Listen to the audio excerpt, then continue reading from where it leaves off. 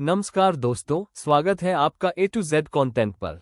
आज हम 8वां श्लोक समझेंगे, जिसमें दुर्योधन अपनी सेना के वीर योद्धाओं का नाम लेना शुरू करता है। श्लोक पाठ। भवान भीष्मश्च कर्णश्च कृपश्च समितिंजय अश्वत्थामा विकर्णश्च सौमदत्तिथ्यश्च। 8 हिंदी अनुवाद। आप गुरु द्रोण, भीष्म, कर्ण, कृपाचार्य, युद्ध में सदा विजयी अश्वत्थामा, विकर्ण और भूरिश्रवा, सौमदत्ति, ये सभी मेरी सेना के महान योद्धा है। अर्थ समझाना। दुर्योधन यहाँ अपनी सेना के प्रमुख योद्धाओं के नाम बताता है। 1. द्रोणाचार्य, उसके गुरु और महान धनुर्धर। 2. भीष्म पितामह, कुरु वंश के सबसे वृद्ध और अपराजय योद्धा। 3. कर्ण, दुर्योधन का सबसे प्रिय मित्र और महाबली योद्धा। 4. कृपाचार्य, शस्त्र और शास्त्र दोनों में निपुण आचार्य।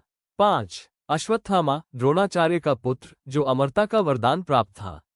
6. विकर्ण, दुर्योधन का भाई लेकिन न्यायप्रिय और सत्यवादी। 7. भूरिश्रवा, सौमदत्ति, युद्धकला में अत्यंत दक्ष योद्धा।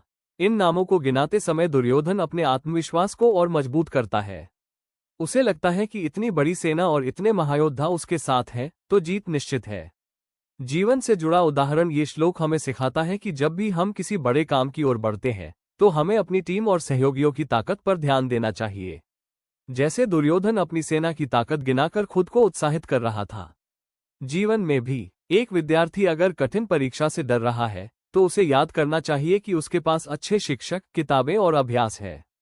एक खिलाड़ी को याद रखना चाहिए कि उसके पीछे पूरी टीम और कोच का सहयोग है। एक बिजनेस करने वाला व्यक्ति यह सोचे कि उसके पास मेहनती कर्मचारी और परिवार का साथ है। जब हम अपनी टीम और समर्थन को पहचानते हैं, तो हमारे भीतर आत्मविश्वास और भी बढ़ जाता है। प्रेरणा और निष्कर्ष इस श्लोक की शिक्षा है, सफलता केवल व्यक्तिगत ताकत से नहीं, बल्कि सही साथियों और सहयोगियों से मिलकर आती है।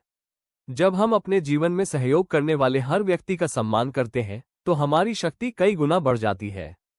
इसलिए कभी अकेलेपन का डर मत रखिए, हमेशा अपनी टीम और साथियों पर भरोसा कीजिए। जय श्री कृष्ण।